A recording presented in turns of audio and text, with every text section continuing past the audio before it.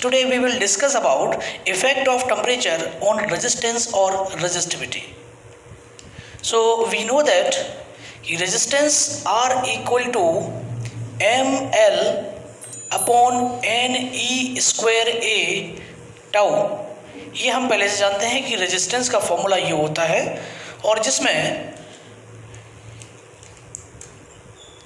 इस चीज को अगर छोड़ दिया जाए L बाई ए को, यानी R equal to m upon n e square tau L by a, this is called resistivity. This is called resistivity. So R equal to rho L by A. ये हम लोग पहले ही डिस्कस कर चुके हैं.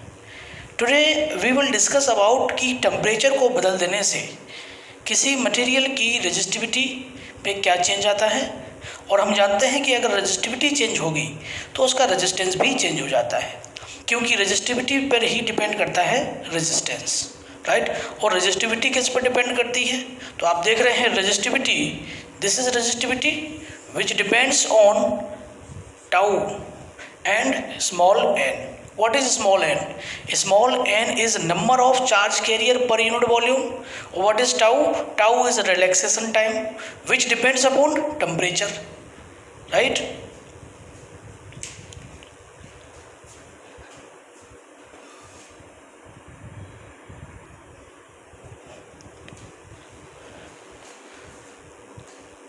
Suppose at a particular temperature the resistance और resistivity of a material is R naught. Suppose किसी temperature let at temperature T not पर मान लेते हैं रेजिस्टेंस है किसी सब्सटेंस का R नॉट. कितना? R not. At temperature T not resistance is R not. अब टेम्परेचर को बढ़ाकर हमने कर दिया T, राइट, तो रेजिस्टेंस हो जाता है सपोज R, राइट. तो क्या हुआ बताइए, what is the change in temperature? T not पहले था, T बाद में हो गया, टेम्परेचर को मैंने इंक्रीज किया है, इसका मतलब डेल्टा T कितना हुआ? T minus T not. This is the change in temperature. और रेजिस्टेंस बढ़ के हो गया है R से लेकर R नॉट से लेकर R. ये रेजिस्टेंस बढ़ भी सकता है और कम भी हो सकता है, डिपेंड करेगा टाइप ऑफ मटेरियल पर. तो सपोज यहाँ पर जो चेंज इन रेजिस्टेंस है डेल्टा R, अभी के लिए मैं ये मान ले रहा हूँ कि ये जो है R बड़ा है, R नॉट कम है, यानी टेम्परेचर को बढ़ा देने से T नॉट से T कर देने से रेजिस्टेंस बढ़ के R नॉट से R हो गया है. अगर रेजिस्टेंस कम हो रहा होगा तो डेल्टा R की वैल्यू नेगेटिव आ जाएगी, अगर बढ़ रहा होगा तो डेल्टा R की वैल्यू पॉजिटिव रहेगी, क्योंकि R में से R नॉट कम हो रहा है. अगर R बड़ा है R नॉट से तो ये वैल्यू पॉजिटिव आएगी, अगर रेजिस्टेंस कम हो रहा होगा तो ये वैल्यू नेगेटिव आएगी. It is experimentally found that कि change in resistance depends on change in temperature. जितना ज़्यादा टेम्परेचर पे चेंज करेंगे रेजिस्टेंस में उतना ही चेंज आएगा, और जितना ज़्यादा इनिशियल रेजिस्टेंस होगा उतना ही ज़्यादा चेंज रेजिस्टेंस में आएगा. यानी change in resistance, what is change in resistance? Delta R. So delta R depends upon delta T, कि आप टेम्परेचर में कितना चेंज कर रहे हैं. Also delta R depends upon initial resistance कितना था, ये इनिशियल रेजिस्टेंस R नॉट था, इस पर डिपेंड करता है. तो दोनों को अगर मिला दिया जाए तो क्या हो जाएगा? Delta R will be proportional to R naught delta T, right. Proportionality हटाएंगे, कांस्टेंट लगाएंगे, डेल्टा R की जगह पे क्या लिख सकते हैं? डेल्टा R मतलब चेंज इन रेजिस्टेंस, यानी this resistance. So R minus R naught equal to is proportional to R naught delta T. What is delta T? T minus T naught. So it is T minus T naught. ये proportionality हटाएंगे तो एक constant लगाएंगे, और वो constant लगाएंगे हम alpha. This is alpha R naught T minus T naught. Alpha को यहीं छोड़ें, बाकी सब इधर ले आए, तो alpha equal to R minus R naught divided by R naught T minus T naught. इसी बात को ऐसे लिख सकते हैं, आर माइनस आर नॉट क्या है, R minus R naught delta R, R minus R naught क्या है, delta R upon R naught क्या है, initial resistance, T minus T naught क्या है, delta T. So here we see that alpha क्या था, एक हमने कांस्टेंट लगाया था प्रोपोर्शनलिटी को हटाने के बाद, एक कांस्टेंट लगाया था अल्फ़ा, और अल्फ़ा की वैल्यू ये आ रही है। ज़रा इसको रीड करें, क्या है ये रीड, चेंज इन रेजिस्टेंस कब चेंज होता है, जब टेम्परेचर को चेंज करते हैं। So it is defined as alpha एक कांस्टेंट बना, और इस कांस्टेंट की अगर डेफिनेशन बनाए तो क्या बनेगी, change in resistance per unit original resistance, this was the original resistance. So अगर मैं केवल इतना पढ़ूँ, delta R upon R naught को जरा पढ़ के देखें, so what is this, change in resistance per unit original resistance and per unit change in temperature, right. So alpha equal to delta R means change in resistance divided by original resistance into change in temperature, और this constant is called thermal coefficient of resistivity और temperature coefficient of resistivity या temperature coefficient of resistance। यही resistance के लिए है, यही resistivity के लिए है। जहाँ जहाँ पर R लिखा है वहाँ पर R की जगह पर हम जानते हैं, R की जगह पर और रो L बाई ए लिख सकते हैं, राइट। तो जहाँ जहाँ आर लिखा है वहाँ पर ये चेंज कर दीजिए, तो आर की जगह एल बाई ए कैंसिल हो जाएगा और रेजिस्टिविटी में आ जाएगा। तो अल्फ़ा की डेफिनेशन जो क्या कहलाता है, थर्मल कोएफिशिएंट ऑफ रेजिस्टिविटी या thermal coefficient of resistance. It is defined as change in resistance per unit original resistance per unit change in temperature, right. So alpha equal to R minus R naught upon R naught T minus T naught। अब इस expression में ये T की value आप kelvin में भी रख सकते हैं और डिग्री सेंटीग्रेड में भी रख सकते हैं, यानी कोई ज़रूरी नहीं है यहाँ पे जो कैपिटल T बना है तो आपको केल्विन में ही रखना है, आप डिग्री सेंटीग्रेड में भी रख सकते हैं, क्योंकि जब डिफरेंस लिया जाता है तो आप चाहे डिग्री सेंटीग्रेड में रखें चाहे केल्विन में रखें, आपका आंसर सेम आएगा, right. So alpha becomes delta R upon R naught delta T, change in resistance upon original resistance and change in temperature. R की जगह पर जरा देखिए, अगर मैं प्लेस करना चाहूँ रेजिस्टिविटी में, तो we know that R is equal to rho L upon A, तो आर की वैल्यू होगी रो एल अपॉन ए, तो आर नॉट की वैल्यू क्या होगी, rho naught L upon A. Put this value here,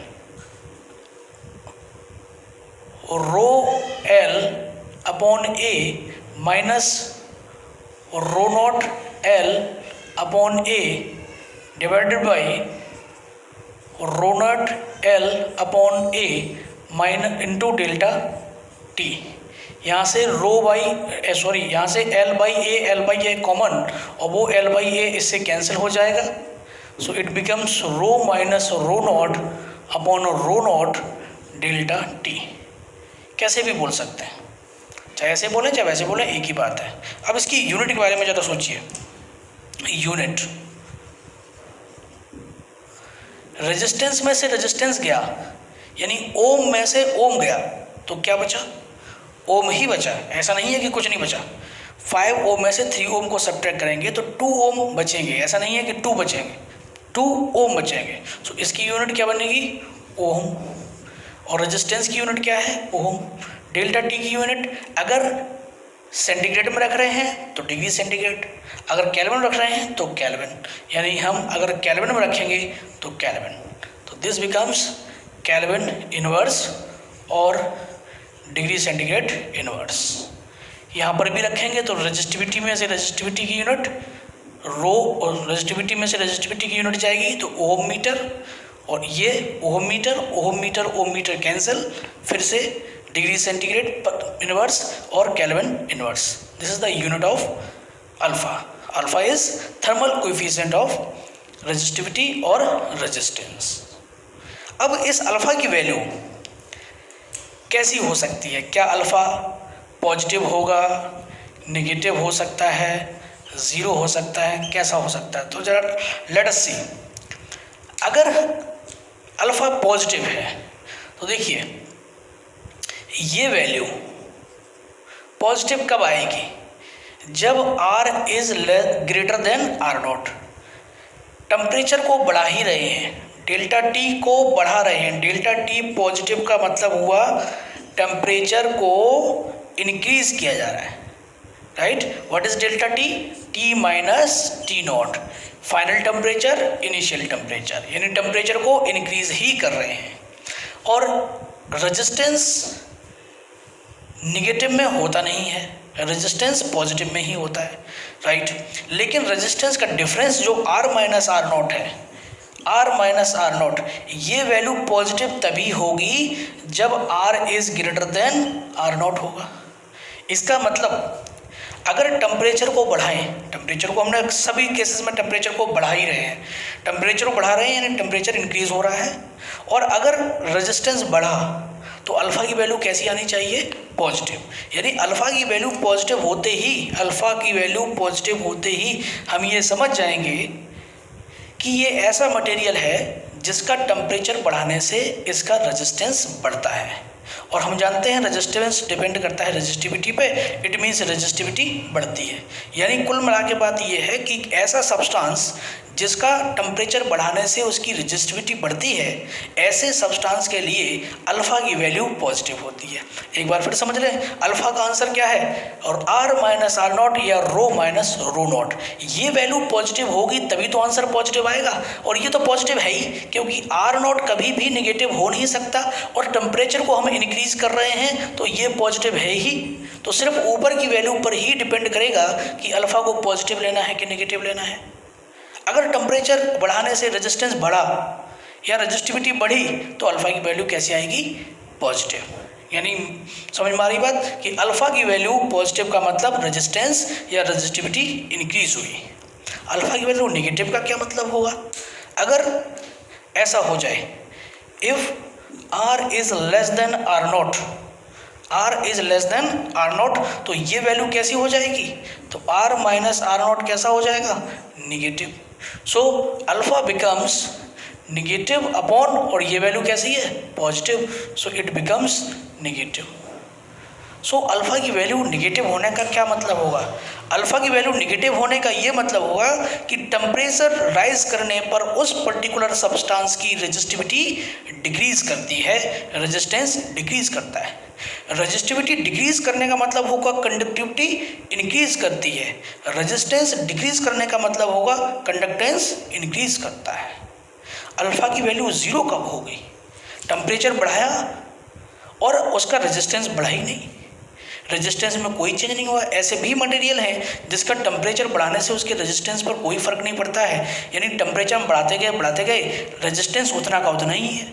यानी जो फाइनल रेजिस्टेंस है R वही है जो पहले था। ऐसे केस में इफ़ R की वैल्यू आर नॉट के बराबर ही हो, this implies that R minus R naught equal to zero, right? तो अल्फा की वैल्यू ज़ीरो कब होगी? जब टेम्परेचर बढ़ाने पर मटेरियल के रेजिस्टेंस पर कोई चेंज ना आए, राइट? सो टोटल बात को रिकॉल करते हैं। Alpha is called thermal coefficient of resistivity या temperature coefficient of resistance. It is defined as change in resistance per unit original resistance per unit rise in temperature, right? Alpha की value positive, negative और zero कुछ भी हो सकती है। जिस material के लिए अल्फा की वैल्यू पॉजिटिव होगी उस मटेरियल का टेम्परेचर बढ़ाने पर रेजिस्टेंस इंक्रीज करेगा। जिस मटेरियल के लिए अल्फा की वैल्यू नेगेटिव होगी उस मटेरियल का टेम्परेचर बढ़ाने से उसका रेजिस्टेंस डिक्रीज करेगा। जिस मटेरियल के लिए अल्फा की वैल्यू ज़ीरो होगी ऐसे मटेरियल का टेम्परेचर बढ़ाने पर रेजिस्टेंस में चेंज नहीं आएगा।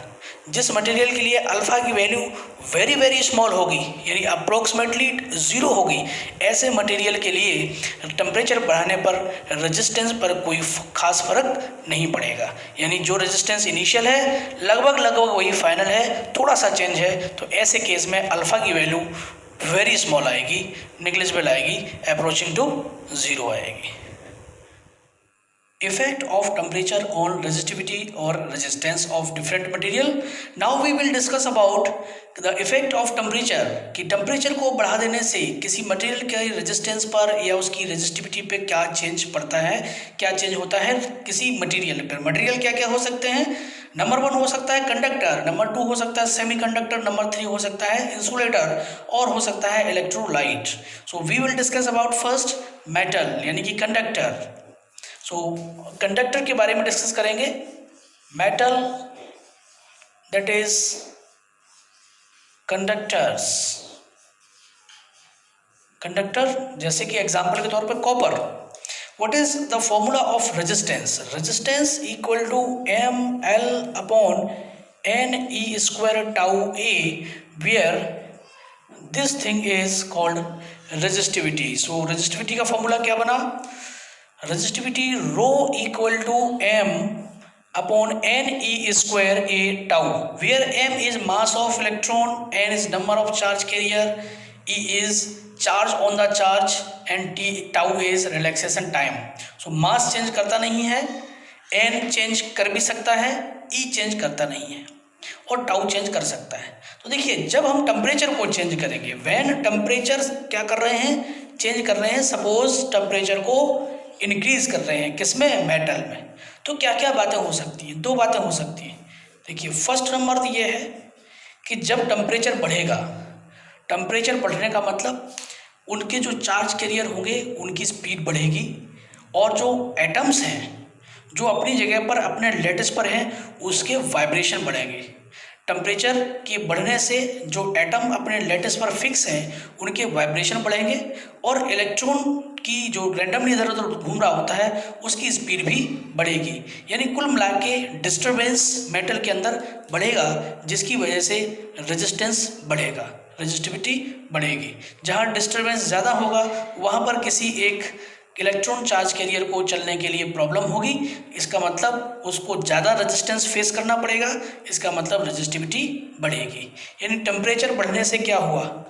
कोलिजन बढ़ेंगे, कोलिजन इंक्रीजेस, और कोलिजन अगर इंक्रीज हुआ तो रेजिस्टिविटी भी इंक्रीज करेगी, दैट इज रेजिस्टेंस इंक्रीज करेगी। दूसरा देखिए, एक चीज़ ये भी हो सकती है कि मेटल के अंदर जो एक एटम है उस एटम के न्यूक्लियस के चारों तरफ ऑर्बिट है और उस आउटर ऑर्बिट में जो इलेक्ट्रॉन है वो एनर्जी को पाकर के एक्साइट होकर बाहर निकल सकता है। यानी उस मेटल में हीट बढ़ा देने से नंबर ऑफ चार्ज कैरियर बढ़ सकते हैं, यानी नंबर ऑफ चार्ज कैरियर भी बढ़ सकते हैं, एन की वैल्यू भी इंक्रीज हो सकती है। ठीक, अब देखिए एन अगर इंक्रीज हुआ, अगर एन इंक्रीज होता है this implies that resistivity decrease होती है। और यहाँ पर कोलिजन बढ़ने से, कोलिजन बढ़ने का मतलब क्या होगा? टाउ का डिक्रीज होना। जब तेजी से इधर उधर रैंडमली चार्ज कैरियर मोशन करेंगे, तेजी से चलेंगे तो उनकी स्पीड बढ़ेगी, इसका मतलब उनका रिलैक्सेशन टाइम कम होगा। रिलैक्सेशन टाइम कम होने का मतलब टाउ क्या होगा? डिक्रीज करेगा, और टाउ अगर डिक्रीज कर गया तो टाउ अगर डिक्रीज करा तो रेजिस्टिविटी क्या होगी? इंक्रीज होगी।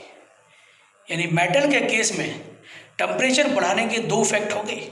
एक तो टाउ कम होगा, क्योंकि रेजिस्टिविटी की बात कर रहे हैं तो सीधा फैक्टर वही लेते हैं, टाउ कम होगा जिससे रेजिस्टिविटी बढ़ेगी, वहीं पर एन इंक्रीज होगा जिससे रेजिस्टिविटी कम होगी।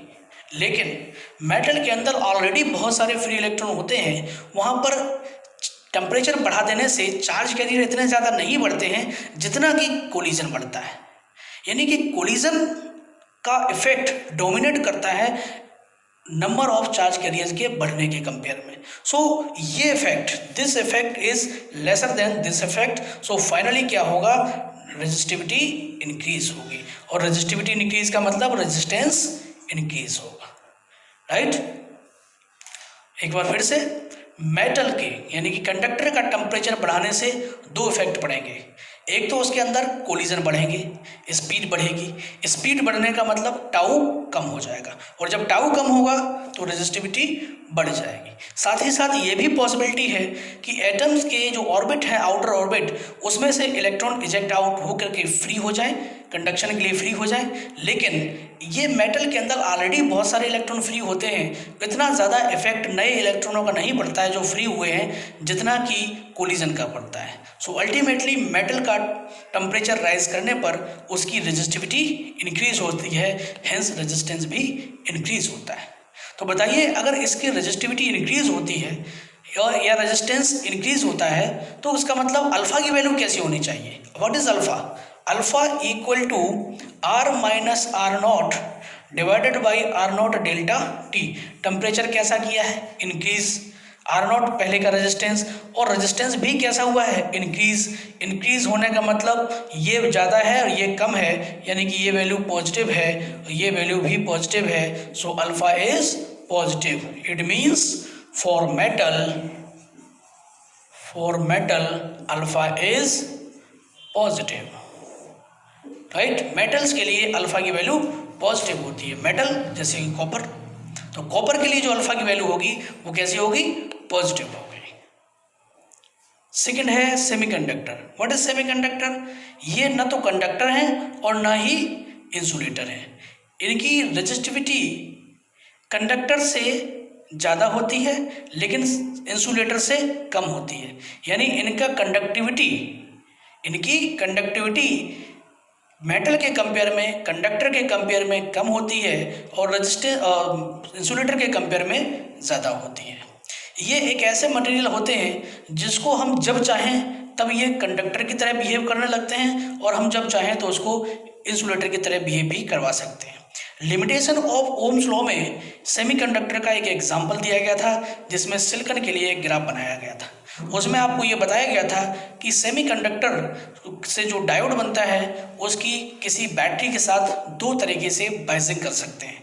बाइजिंग का मतलब कनेक्शन करना। बाइजिंग बताई गई थी फॉरवर्ड बाइजिंग एंड बैकवर्ड बाइजिंग या रिवर्स बाइजिंग।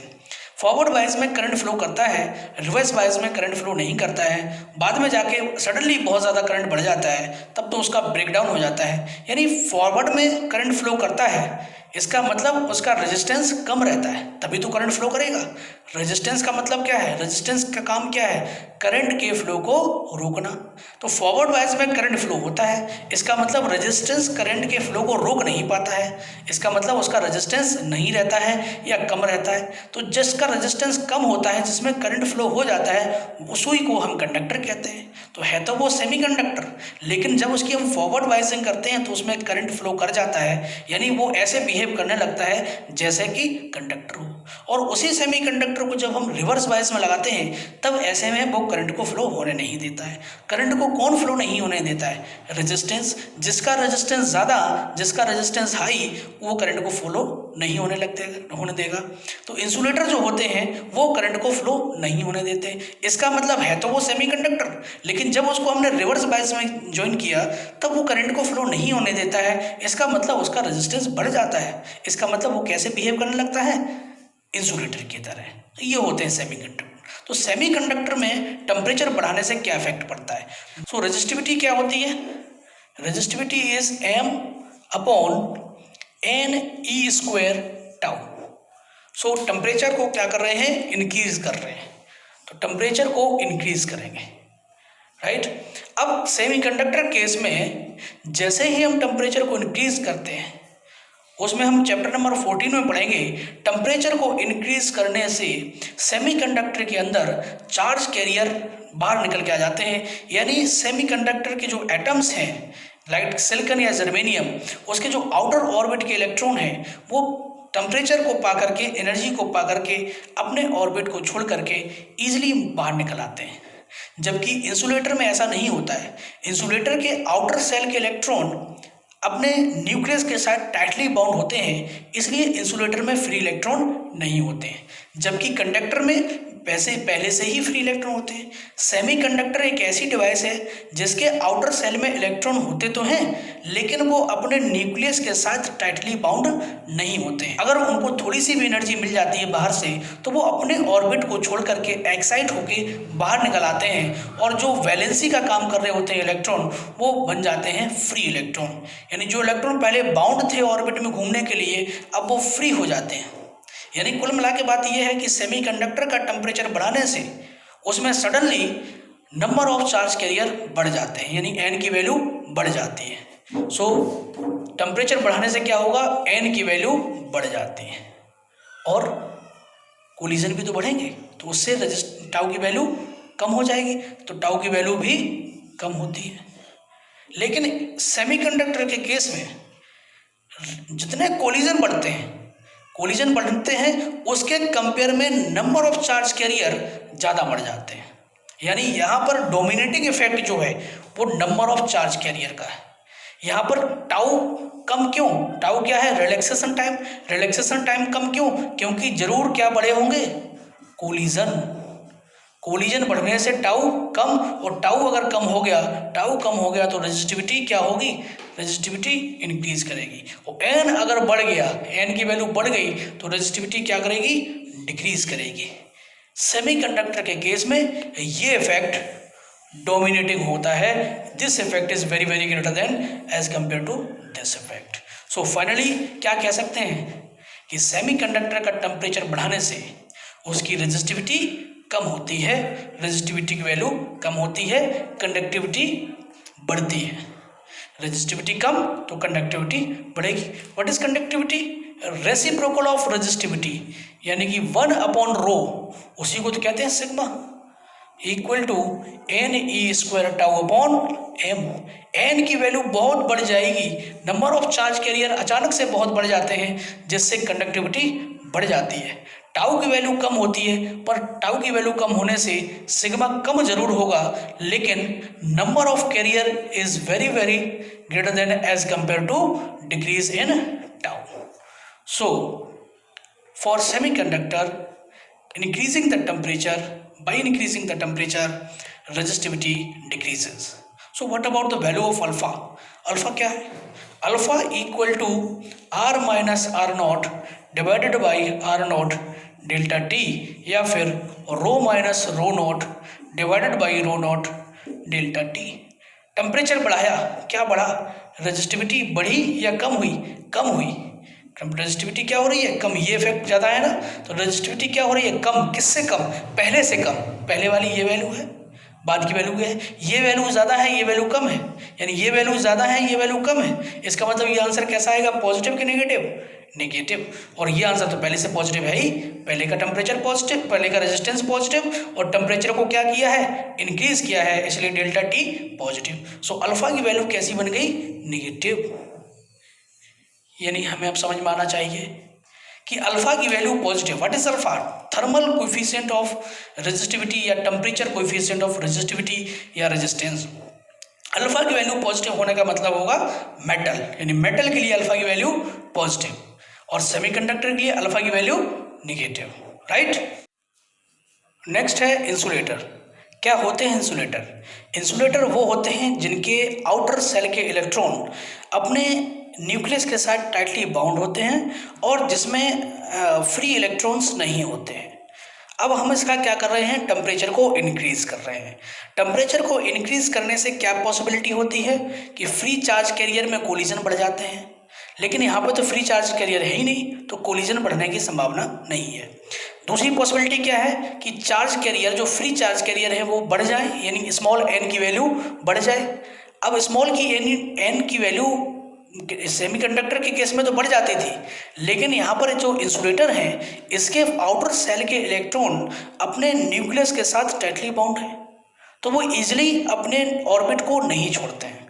तो हमने क्या किया, उसका टेम्परेचर बढ़ाना शुरू किया, और टेम्परेचर बढ़ाते जाए कि अब निकलेगा इलेक्ट्रॉन, अब निकलेगा, और टेम्परेचर बढ़ाते जा रहे हैं। तो इससे पहले कि वो इलेक्ट्रॉन एक्सटर्नल एनर्जी पा करके अपने ऑर्बिट को छोड़कर बाहर आए, उससे पहले ही मटेरियल बर्न आउट हो जाता है। यानी अगर हम चाहें कि जैसे एक लकड़ी में करंट को फ्लो कराना चाहें, तो लकड़ी की यानी इंसुलेटर या प्लास्टिक इंसुलेटर, तो उसमें फ्री चार्ज कैरियर नहीं होते हैं। तो हमने सोचा कि उसका टेम्परेचर बढ़ाते हैं और उसके फ्री चार्ज कैरियर इसमें बनाते हैं, तो हम टेम्परेचर बढ़ाने लगे। तो इससे पहले उसके इलेक्ट्रॉन फ्री हो पाए, उससे पहले ही प्लास्टिक या लकड़ी जल के बर्न आउट हो जाती है और उसमें टेम्परेचर बढ़ाने से कोई फर्क नहीं पड़ता है। और अगर आपको कहना ही है कि टेम्परेचर बढ़ाने से रेजिस्टिविटी पे क्या फ़र्क पड़ेगा, तो आप ये कह सकते हैं कि रेजिस्टिविटी कम होगी, कि हो सकता है कि 1-2 इलेक्ट्रॉन निकल के फ्री होके आ जाए, इससे पहले वो बर्न आउट हो, उससे पहले वो फ्री हो जाए। तो सेमीकंडक्टर इंसुलेटर के केस में ये बात। Next, alloys. एलॉय क्या होते हैं? एलॉय को हम लोग बनाते हैं, यानी ये मेटल्स के डिफरेंट मेटल्स के कॉम्बिनेशन से जो बनता है उसको हम कहते हैं एलॉय। जैसे कि नाइक्रोम, इसमें निकेल और क्रोमियम को ऐड करके, निकेल और क्रोमियम को मिक्स करके जो मटेरियल बनता है उसको हम नाइक्रोम कहते हैं और इसको बोलते हैं एलॉय, राइट। और होता है मैग्नेनिन।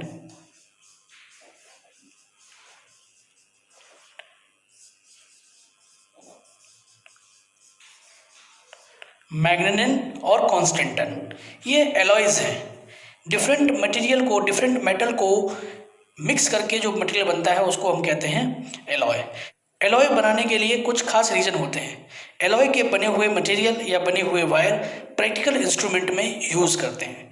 जैसे आप आगे चल के 2 एक्सपेरिमेंट करेंगे, एक पोटेंशियोमीटर पर बेस्ड होगा, एक मीटर ब्रिज पर बेस्ड होगा। उसमें एक वायर लगा रहता है, वो वायर मैग्नेनिन या कॉन्स्टेंटन का होता है। मैग्नेनिन और कॉन्स्टेंटन का वायर ही क्यों? क्योंकि ये अलग होते हैं और इनका अल्फा बहुत कम होता है। इनका अल्फा पॉजिटिव तो होता है, क्या है alpha? Thermal coefficient of resistivity, alpha positive तो होता है बट वेरी लो। अल्फा क्या है? R minus R naught upon R naught delta T. Alpha की वैल्यू पॉजिटिव हो बट बहुत कम हो। ऐसा कब हो सकता है? ऐसा तब हो सकता है जब हम टेम्परेचर को इंक्रीज करें, टेम्परेचर को इंक्रीज करें और R लगभग आर नॉट के बराबर ही हो, यानी रेजिस्टेंस में कोई खास चेंज ना आए। जब रेजिस्टेंस में बिल्कुल चेंज नहीं आएगा तब अल्फा की वैल्यू 0 रहेगी। लेकिन कुछ ना कुछ तो चेंज आ ही जाता है। कोई मटेरियल हो, टेम्परेचर जब बढ़ाते हैं तो थोड़े बहुत कोलिजन तो बढ़ ही जाते हैं, इसका मतलब आर में थोड़ा सा चेंज आता ही है। लेकिन आर में रेजिस्टेंस में कुछ खास चेंज ना आए, यानी आर की वैल्यू लगभग आर नॉट के बराबर ही रहे, तो ऐसे केस में आर माइनस आर नॉट की वैल्यू पॉजिटिव तो होगी बट वेरी लो होगी। तो ऐसे केस में अल्फा की वैल्यू बहुत लो लेकिन पॉजिटिव होगी। क्या फ़ायदा है इसका? फ़ायदा ये है कि जब हम मीटर ब्रिज का एक्सपेरिमेंट करते हैं तो उसमें एक अननोन वायर का रेजिस्टेंस निकालते हैं, और अननोन वायर का रेजिस्टेंस निकालने के लिए हमें उसको एक स्टैंडर्ड रेजिस्टेंस से कंपेयर करना पड़ता है। एग्जाम्पल के तौर पर सपोज हम किसी से कोई सपोज पेट्रोल लेने गए, एक शॉप पर पेट्रोल लेने गए और वो पेट्रोल हमको एक लीटर से मेज़र करके देता है। हमने उससे कहा कि हमें 10 लीटर पेट्रोल दे दीजिए। अब उसके पास जो 1 लीटर का जो इंस्ट्रूमेंट है वो 1 लीटर का है। अब उसने हमें एक बार दिया 1 लीटर, दोबारा दिया, फिर 1 लीटर, ऐसा वो 10 बार करेगा तब 10 लीटर आएगा। लेकिन सपोज कि कुछ ऐसी एनवायरनमेंट कंडीशन हो जाए, टेम्परेचर कुछ इतना ज़्यादा बढ़ जाए कि जिससे वो मेजर कर रहा है, जिस इंस्ट्रूमेंट से वो 1 लीटर पेट्रोल एक बार में निकाल रहा है, वो इंस्ट्रूमेंट ही छोटा बड़ा होने लगे। एक बार निकाले 1 लीटर आया, जब तक वो अगली बार डुबोए तब तक उसका साइज चेंज हो जाए, उसका साइज थोड़ा बढ़ जाए, तो अगली बार जब वो डुबोएगा तो 1 लीटर से ज़्यादा आएगा। फिर जब थर्ड बार उसको डुबोने के लिए जाएगा अपने वो टैंक में जिसमें उसने पेट्रोल को स्टोर रखा है, तब उसका फिर साइज बढ़ जाए तो फिर 1 लीटर से ज़्यादा आएगा। सपोज उसका साइज कम हो जाए तब 1 लीटर से कम आएगा। यानी कहने का मतलब है जिससे हम उस चीज़ को मेजर कर रहे हैं, अगर वही चीज़ ही वेरिएबल हो जाए तो हम कैसे मेजर कर पाएंगे? तो ऐसा वायर होना चाहिए जिसका टेम्परेचर बढ़ाने से खुद का रेजिस्टेंस ना ज़्यादा चेंज हो, तभी तो हम किसी दूसरे को इस वायर से कंपेयर कर पाएंगे। राइट। सो टेम्परेचर बढ़ाने से जब हम किसी वायर के अक्रॉस इलेक्ट्रिक फील्ड लगाते हैं, कोलिजन बढ़ते हैं, टेम्परेचर बढ़ता है। अगर उसका खुद का ही रेजिस्टेंस बहुत बढ़ने लगा तो उससे हम एक नए रेजिस्टेंस को कैसे कंपेयर करेंगे। यानी मैग्नेटिक वायर एक वायर होता है जो यूज़ किया जाता है एज ए स्टैंडर्ड रेजिस्टेंस, और इसका प्रैक्टिकल के वाइवा में भी ये आपसे पूछा जाता है कि मीटर ब्रिज में या पोटेंशियोमीटर में आपको मैग्नेटिक का वायर ही यूज़ क्यों करते हैं। रीज़न है कि इसका अल्फ़ा बहुत छोटा होता है, अल्फ़ा की वैल्यू बहुत कम होती है। अल्फ़ा की वैल्यू कम होने का मतलब ये है कि टेम्परेचर को राइज करने से इसके रेजिस्टेंस पर या रेजिस्टिविटी पर कोई खास असर नहीं पड़ता है। इसलिए टेम्परेचर जब राइज होता है प्रैक्टिकल के ड्यूरेशन में, जब प्रैक्टिकल कर रहे होते हैं तो उसमें बैटरी लगी होती है, करंट फ्लो हो रहा होता है, करंट की वजह से हीट जनरेट होती है। हीट का फॉर्मूला होता है heat is equal to I²RT। तो इस हीट को पा करके उसके रेजिस्टेंस में कुछ ज़्यादा खास चेंजेस ना आ जाए, इसलिए ऐसे मटेरियल को यूज़ करना है जिसका रेजिस्टेंस टेम्परेचर के साथ बहुत ज़्यादा चेंज ना हो। राइट। सो अलॉय के लिए अल्फा की value positive but low. So temperature बढ़ाने से अलॉय की रेजिस्टिविटी बढ़ती तो है पर बहुत ही कम नेग्लिजिबल अमाउंट में बढ़ती है। राइट। नेक्स्ट है इलेक्ट्रोलाइट। इलेक्ट्रोलाइट क्या होते हैं? सॉल्यूशंस होते हैं, इसमें पॉजिटिव और नेगेटिव आयन होते हैं, जैसे कि H2SO4 में H++, SO4-। राइट। तो जब हम किसी इलेक्ट्रोलाइट को हीट करते हैं तो वो इलेक्ट्रोलाइट थिन हो जाता है, उसकी डेंसिटी कम हो जाती है, जिसकी वजह से वो आयंस जो हैं, जो चार्ज कैरियर हैं, पॉजिटिव आयन और नेगेटिव आयन, वो ईजिली इलेक्ट्रोलाइट के थ्रू मूव कर सकते हैं। और जब वो ईजिली मूव करेंगे इसका मतलब वो करंट को आराम से बना सकते हैं, करंट ईजिली बन सकता है। और करंट का ईजिली बनने का मतलब है उसकी रेजिस्टिविटी कम होना या रेजिस्टेंस कम होना। सो इलेक्ट्रोलाइट के केस में टेम्परेचर बढ़ाने पर रेजिस्टिविटी कम होती है, इसका मतलब अल्फा की वैल्यू नेगेटिव होती है। सुपर कंडक्टर्स क्या होते हैं? सुपर कंडक्टर्स ऐसे मटेरियल जो सुपर कंडक्ट करे। सुपर कंडक्ट का मतलब कंडक्टर होता है वो मटेरियल जो कंडक्ट करने दे करंट को। तो सुपर कंडक्टर कौन होना चाहिए? वो मटेरियल जो करंट को बहुत ही ईजिली कंडक्ट होने दे, करंट को ईजिली कंडक्ट होने दे। किसने रोका है करंट को कंडक्ट होने के लिए? तो आंसर है रेजिस्टेंस ने रोका है। यानी ऐसा मटेरियल जिसका रेजिस्टेंस जीरो हो वो मटेरियल करंट को कंडक्ट होने से बिल्कुल भी नहीं रोकेगा। ऐसे मटेरियल सुपर कंडक्टर कहलाते हैं। और सुपर कंडक्टर प्रैक्टिकली पॉसिबल नहीं होते हैं क्योंकि बहुत ही कम टेम्परेचर पर ऐसा हो पाता है। हम जानते हैं कि रूम टेम्परेचर पर एक कंडक्टर के अंदर जो इलेक्ट्रॉन होते हैं वो अपनी थर्मल एनर्जी की वजह से रेंडमली इधर उधर घूमते रहते हैं।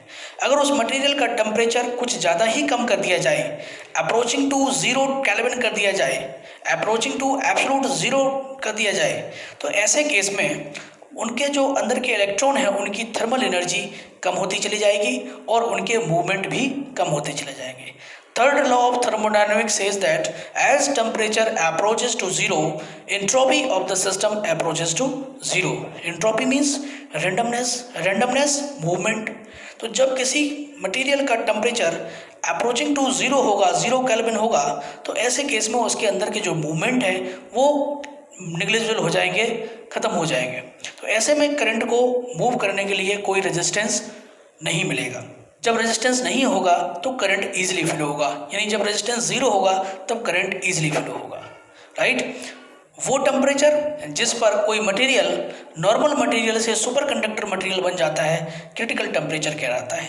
यानी कोई मटेरियल है वो नॉर्मली कंडक्टर है, अब हमने क्या किया, उसका टेम्परेचर कम करना स्टार्ट किया और टेम्परेचर को कम करते गए एक ऐसा टेम्परेचर आया जिस पर उसका रेजिस्टेंस ज़ीरो हो गया या लगभग ज़ीरो हो गया। तब हम कहेंगे ये पर्टिकुलर टेम्परेचर वो टेम्परेचर है जिस पर ये कंडक्टर से बदलकर सुपर कंडक्टर बन गया है और इस टेम्परेचर को हम क्रिटिकल टेम्परेचर कहेंगे। राइट।